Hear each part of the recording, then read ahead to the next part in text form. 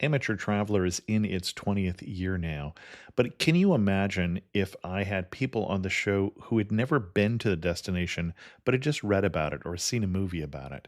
That wouldn't make any sense at all, and you wouldn't listen. We all know how important it is to receive advice from people who know a destination to get the most authentic local experience. And a great option for experiencing this is Explore Worldwide and their authentic small group adventures, led by local tour leaders, perfect for solo travelers who want to meet like minded people with a desire for adventure. I'm often an independent traveler, but two of my last three trips were with small group tours because they organize everything and it's a lot easier. If you want to recreate the tour I did to Malta, they have a Malta and Gozo Discovery Tour. I'm intrigued by one of their tours called A Taste of Sicily. The company again is Explore Worldwide, and visit exploreworldwide.com to learn more. And thanks to Explore Worldwide for sponsoring this episode of Amateur Traveler. The nights are long, the days are short, and the weather is chilly to downright cold, depending on where you are. It's a good time to slip into a Quince iconic Mongolian cashmere sweaters, which start at only $50. You can treat yourself to everyday luxury at an affordable price with Quince.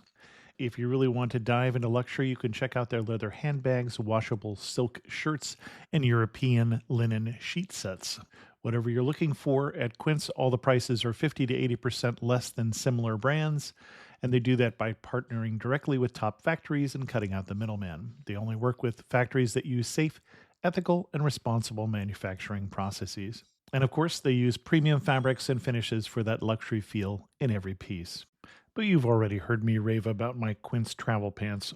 Treat yourself this winter without the luxury price tag. Go to quince.com/traveler for 365-day returns plus free shipping on your order. That's QUINCE.com/traveler to get free shipping and 365-day returns. Quince.com/traveler, and thanks to Quince for sponsoring this episode of Amateur Traveler. This episode of Amateur Traveler is sponsored by Roam Right, a leading provider of travel insurance. What if you booked and paid for your vacation and then couldn't travel? With the right travel insurance plan, you could get your money back. Roam Right covers canceled trips, lost luggage, even medical emergencies. Visit roamright.com. That's ROAMRIGHT.com for more information.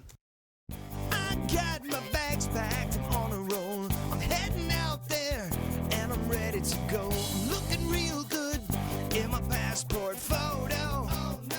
Amateur Traveler, episode 494. Today, the Amateur Traveler talks about sun and beaches, killer whales, and Legos as we go to San Diego, California. Sit in one more cafe. I know that I should be heading home, but maybe not today. Welcome to the Amateur Traveler. I'm your host, Chris Christensen. Now let's talk about San Diego. I'm very pleased to welcome to the show Mike from mikesroadtrip.com, who's come to talk to us about San Diego. Mike, welcome to the show. Hey, thanks so much, Chris. It's a pleasure to be here. Yeah, well, it's nice to have you on the show. Mike and I have known each other, I don't know for how long now. We keep running into each other at travel blogging conferences, but we didn't this year, I think. So it's good to talk to you. You don't live in San Diego now, but you have in the past. That's correct, yeah. And I've visited a lot over the years. Okay. And why should someone go to San Diego? Well, for me, I think San Diego is one of my favorite big cities in the U.S. For starters, the weather is just simply fantastic year-round. There's just so many activities that you will not even begin to scratch off the surface during a week-long trip. Of course, there's the famous attractions like SeaWorld and the San Diego Zoo and Seaport Village and Legoland, but there's a lot of other lesser-known sites and attractions, such as the Wild Animal Safari Park or Birch Aquarium. I should tell people this is the second time we've done a show in San Diego, but the last one was almost 10 years ago, so it seemed like it's a good time to revisit the city. And as I was telling Mike, San Diego is one of the only other cities that my wife can live because she has three criteria. She has to be near a major city with all the requisite arts and entertainment and such that happens there. It has to be near a beach, and it has to have a National League baseball team. And really, once you rule out New York City and Florida, San Diego is about the only other place we could live. So. Yeah, I have to concur. It's a great city. Excellent. So where would you start someone who is visiting San Diego? If you're going to go to San Diego for a week, I would probably recommend staying in 3 different locations so that you can really get a flair for the entire city. I might start in the southern part, say Coronado Island, Okay. and then maybe move to downtown, and then probably end up, say, in La Jolla. Okay. Interesting. Yeah. I think we put people last time in either Heritage Park or someplace up more by Hotel Circle, which is a little further north of that. Now, why those 3 destinations? Let's talk about the first of all, Coronado Island. Well, I think the first night I would maybe stay on Coronado Island, and you could do one of 2 things. You could actually either stay the night on Coronado, or you could stay in downtown and take the pedestrian ferry over to Coronado Island, rather than staying in the overrated, famed Hotel Del. I would recommend staying across the street at, say, the 1908 Lodge. While you're not right on the beach, it's just a block away, and the accommodations are much nicer at a comparable rate, which also includes a fantastic breakfast. And then, while on Coronado, I would absolutely rent a beach cruiser for half a day and explore the island. It's so much fun riding around on the beach and actually through the water. And there's so many places to stop and take in the views of both San Diego Harbor and downtown, as well as the Pacific Ocean. Now, you say a beach cruiser. Yes. I don't know what we're doing here. So it's a ATV? No. A beach cruiser is a type of bike. It's got the big fat wheels. Okay. I mean, I would almost go so far as to say that it was invented on Coronado Island because their beach is kind of gradual. So the sand is very packed. Okay. So it's very easy to ride on the beach. It's just a really cool experience. Okay, interesting. Have not done this. Yeah. And you talked about staying on Coronado. The only option that I knew was the Hotel Coronado, the classic hotel. Then you called that the Hotel... The Hotel Del Coronado, or the Hotel Del Coronado, yeah. I assumed we were using the local slang there. Yeah, and I think while you're also on the island, in addition to strolling Main Street or the main drag, which is also known as Orange Street, there's a ton of great restaurants there. But one of my favorites is on the other side of the island near the San Diego Harbor, and that's Phoebe's. And they have some fantastic patio dining, often with live music. And if you go there, you have to get the crab stack appetizer. It is wonderful. Okay, excellent.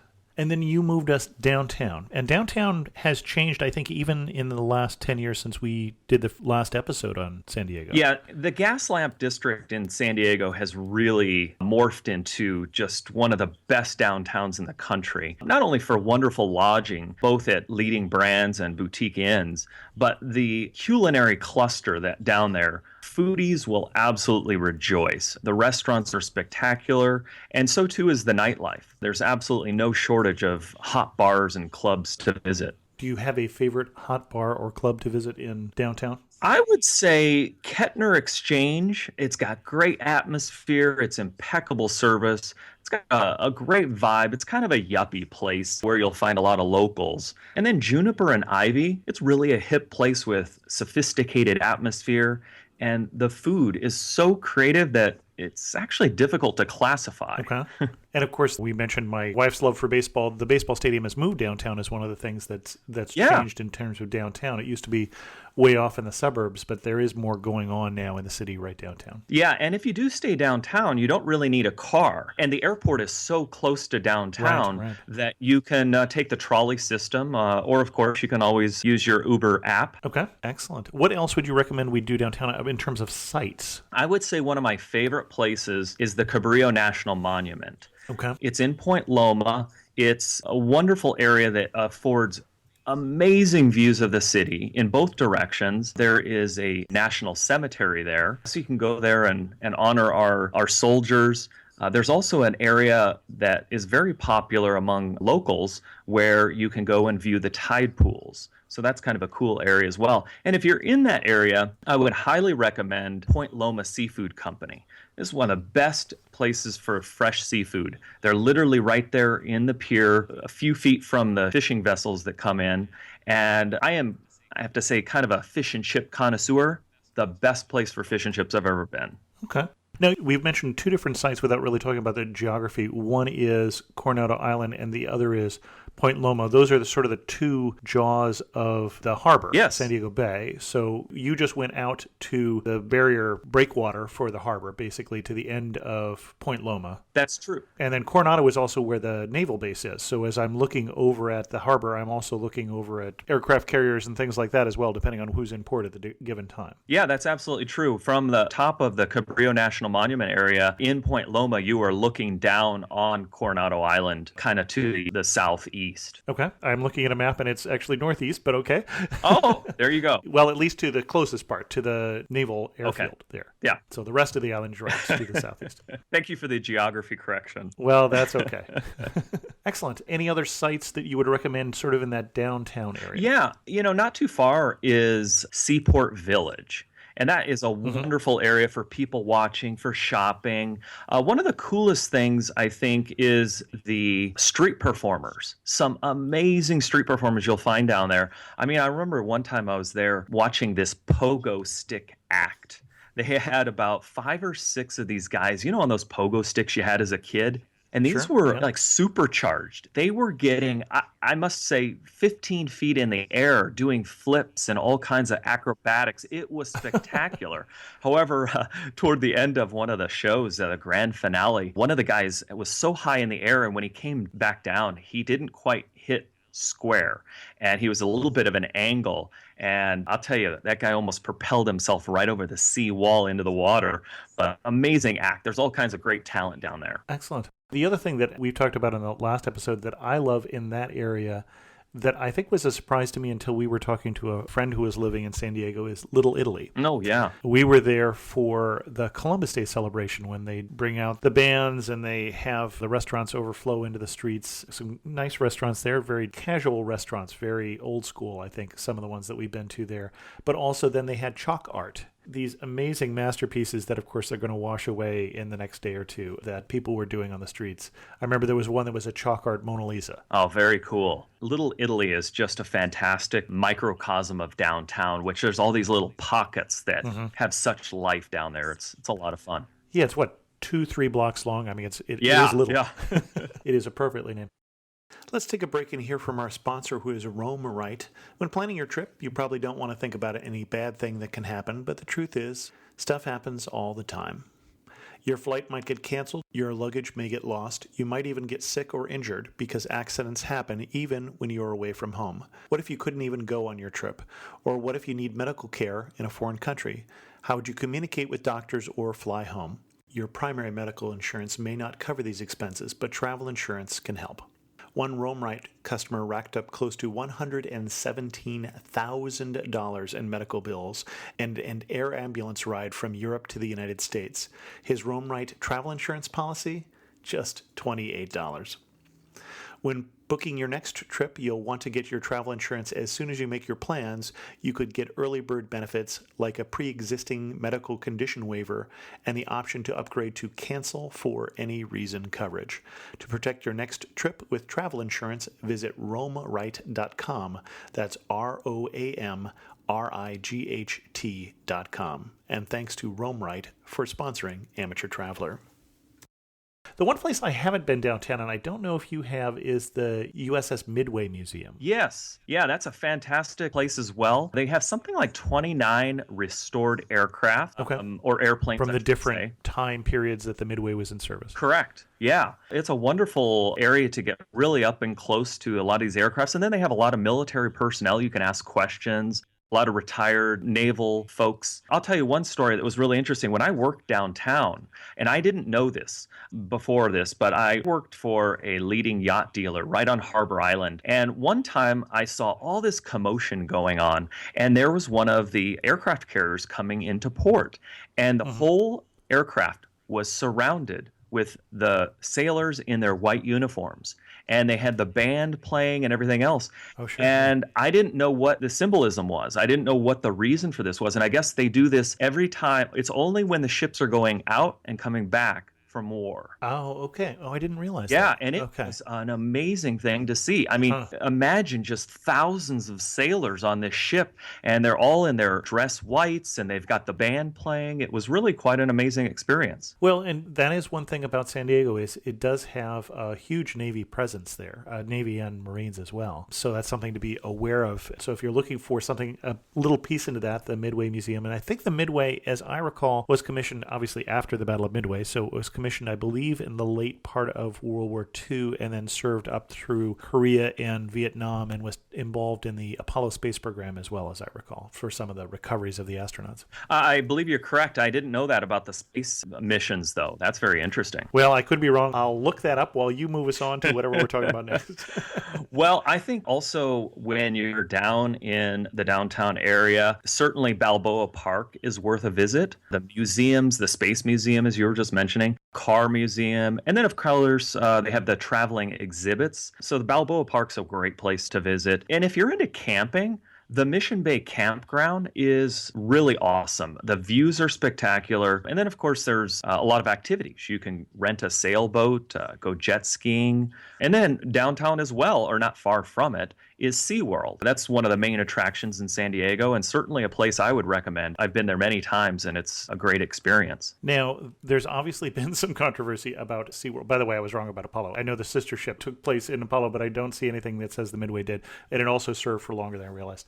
So a couple things there. One is you mentioned the Space Museum, and I don't know about the Space Museum. Yeah, to tell you the truth, I haven't been there. I just know that it exists within Balboa Park. That's one of the things I think Balboa is really well known for is the various museums that are within the park. And the zoo is in the park as well. Yeah, there you go. And, you know, I know one of the questions you wanted to ask me was what maybe some of the overrated things that you might find in a guidebook that I think might be a waste of time. I don't know if this is a good way to segue into that, but since we mentioned the zoo, I mean, people may throw virtual stones at me for saying this, but they will, yes. But I would say the zoo is probably one of the things that you could maybe miss when going to San Diego, only because there's so many other unique things to do. Yeah, it's a great zoo, but for me, it's a zoo similar to others in other big cities. Like I said, I just think there's a lot of other unique things that you could do if you had a limited time in the city. And I might have to disagree with you in part, at least.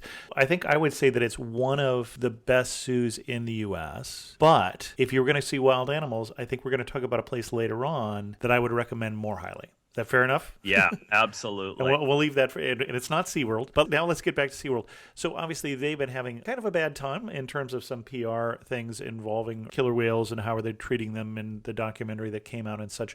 Are you seeing that impact the park that much? Both the tourism and in terms of what they're doing in the park, in terms of how they're addressing that controversy? You know, I don't know that I could really speak on that.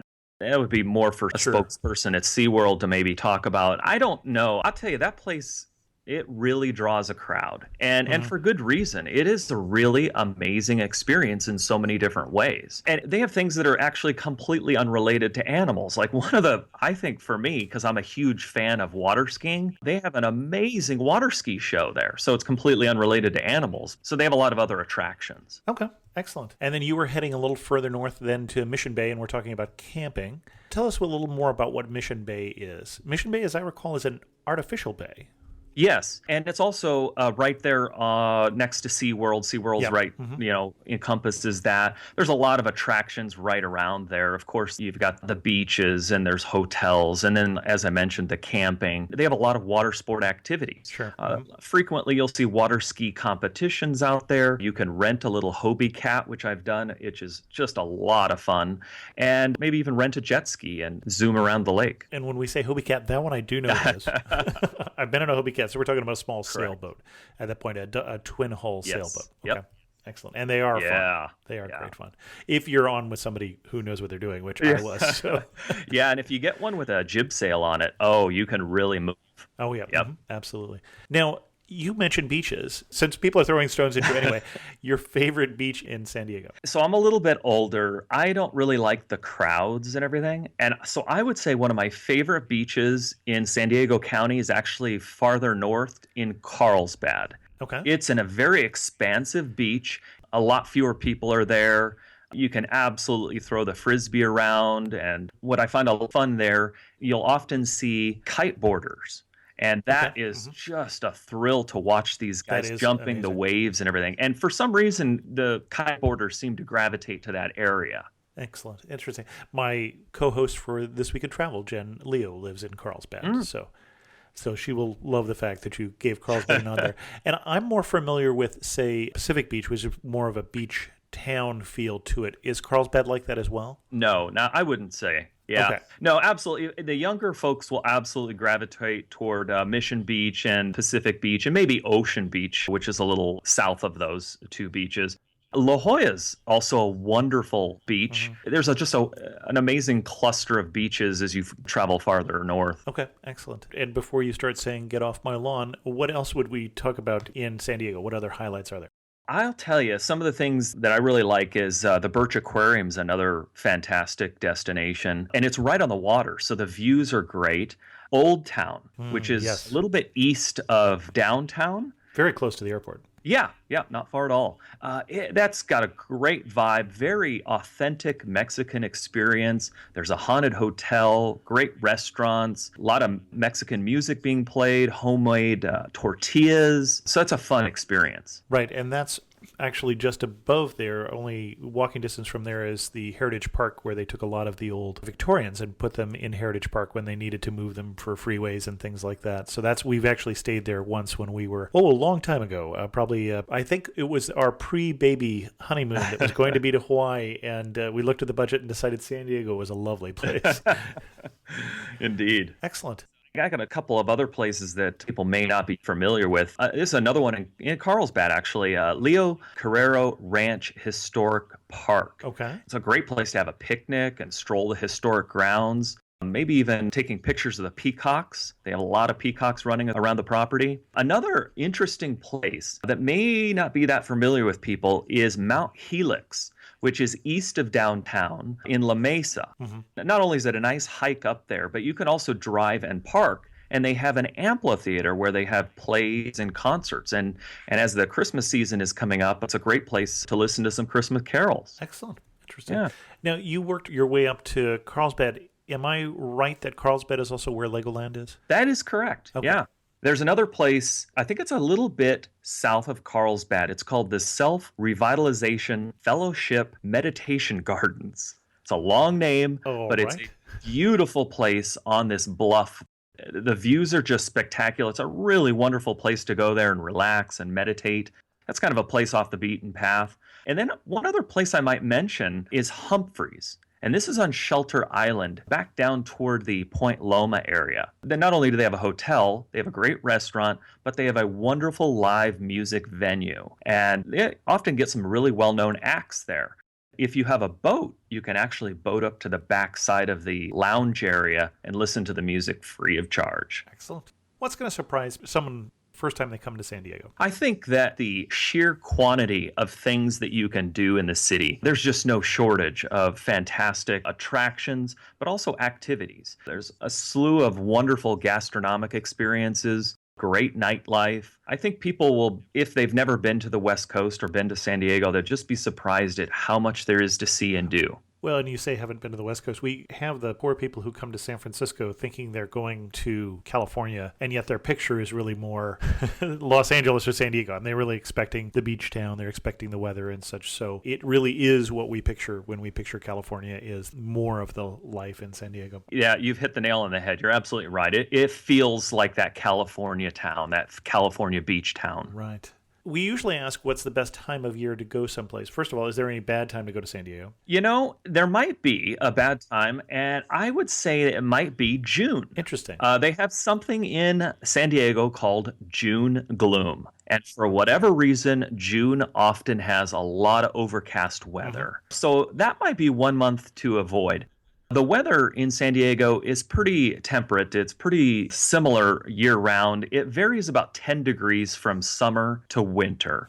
So in the summer, depending on how far you are inland, temperatures might range from, say, 70 to 80, where in the winter, those same temperatures might be 60 to 70. And typically, I'm going to guess that in the summer, the shore is cooler, and in the winter, the inland is cooler. Yeah, I think that may be a fair assessment. It's certainly, as soon as you get inland, too, in the summer months, it can get quite warm. Yep. 85, 95 degrees easily. But as you get coastal, that'll drop 10, 15 degrees. Yep. Okay. And what side trips should we see while we're in San Diego? A couple that have come to mind would be maybe Julian, which is off of Interstate 8, east of San Diego. It's a charming little town, very famous for their apple pie. There's also Temecula, which is northeast of San Diego, a great place for boutique inns. It's very well known as being wine country, and there's also a lot of hot air ballooning activities. Oh, I didn't know hot air ballooning. And the wine seems like a relatively new thing to me, Temecula to be a wine region, but I'm definitely hearing more about it now than I used to. Yeah, absolutely. You might be right. I'm not sure how long wine has been going on in Temecula, but certainly for the last 15 or 20 years, it seems as though it's been a go-to place for those even from Palm Springs and San Diego to kind of descend on. Okay. As we start to wrap this up, your best day, the perfect ideal San Diego day. I think one of my favorite days in San Diego might be taking a beach cruiser down Coronado Island, having lunch at one of my favorite restaurants, sailing a Hobie Cat across Mission Bay, throwing a frisbee along the expansive beach of Carlsbad, and then ending the evening with an authentic meal in Old Town at a Mexican restaurant. Excellent. If it ends with a Mexican restaurant, I'm definitely with you. And I was with you the rest of the day as well.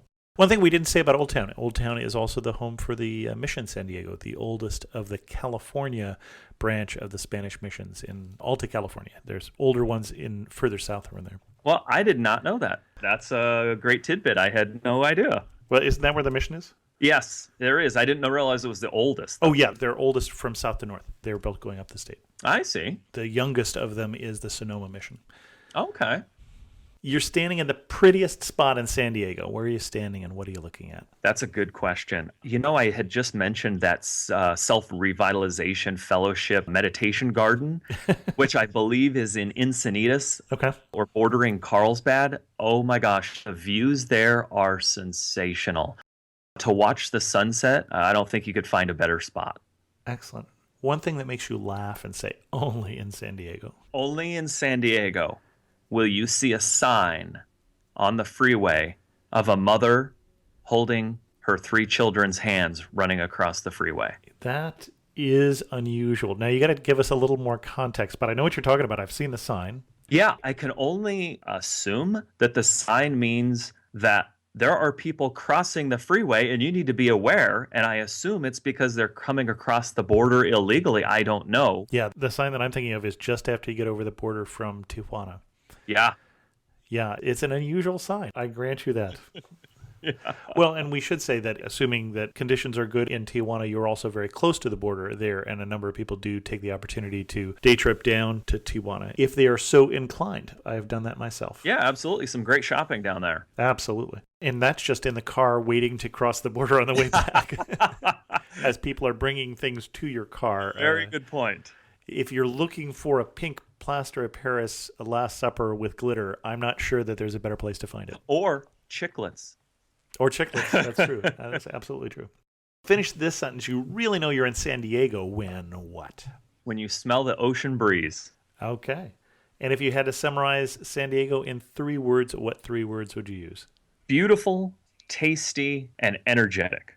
Energetic. Okay, why energetic? Lots of outdoor sports? It's a city where the weather is so wonderful year-round that everyone's outdoors. There's a lot of energy in the air, and it's not just during the day.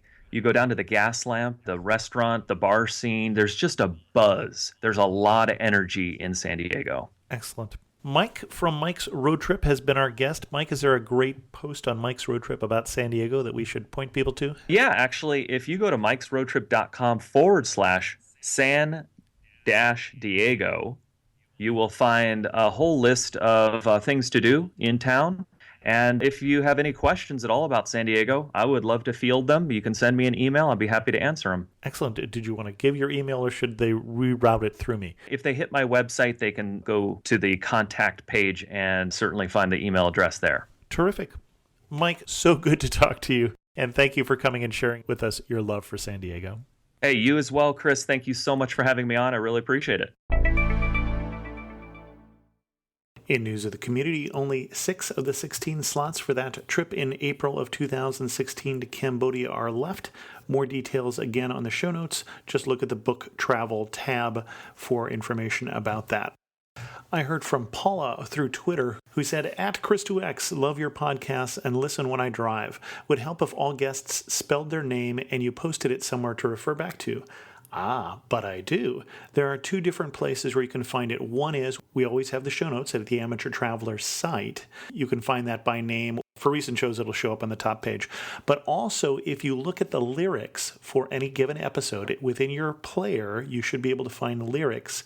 And within there, you'll find the links for everything we talk about on the show, as well as a description of what we talk about. The community information, like Paula's tweet, will be in there. So again, lyrics or the show notes at amateurtraveler.com.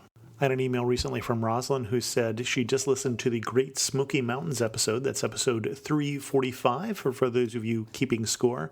She says, it took me back to my internship in 2013 as a park ranger intern in the national park. I found myself nodding in full-hearted agreement of some of the things to see in the Smokies, and do remember seeing the namesake smoke rising off the tops of mountains. It truly is a surreal experience. Klingsman Dome is definitely the place to watch the sunrise and sunset if you time it right. The trick is getting up there when there aren't clouds. The lowlands can be clear, and Klingsman's Dome can be socked in. Be sure to have a sweatshirt or jacket regardless. It can get cold up there depending on what time of year you get there. Something I wanted to add for your listeners, if they're interested in what there is to see in the park besides Cades Cove and Klingsman Dome itself, which were mentioned in the podcast, traveling eastward from these sites right before entering the town of Cherokee is the Oconaluftee Visitor Center, which includes a mountain farm museum. Before the park was established, the land was privately owned as homesteads, so a number of families had barns, spring houses, cabins, and other wooden structures to accommodate survival in the Smokies before the logging industry took advantage of the virgin timber in the area. In the process of creating the park to let the ecosystem recover from the over-harvesting of the trees, residents were forced out and these buildings were destroyed. Because the eminent domain card was played and people were still very bitter, when US 441 was constructed and opened, Tennessee quote-unquote transferred ownership to the federal government. It stipulated that no toll or license fee shall be imposed to travel the road. And since US 441 bisects the park, admission to the park is free. Camping and backpacking permits are still charged for, but that's different. You can check out all of Rosalind's comments with other things to see in the area, either in the show notes or in the lyrics, as we said. With that, we're going to end this episode of Amateur Traveler. Remember our sponsor, RoamRight, and also the transcript of this episode is sponsored by J-Way Travel, experts in Eastern European travel. If you have a comment, send me an email at host@amateurtraveler.com or leave a comment on those show notes, which we mentioned at amateurtraveler.com. And as always, thanks so much for listening.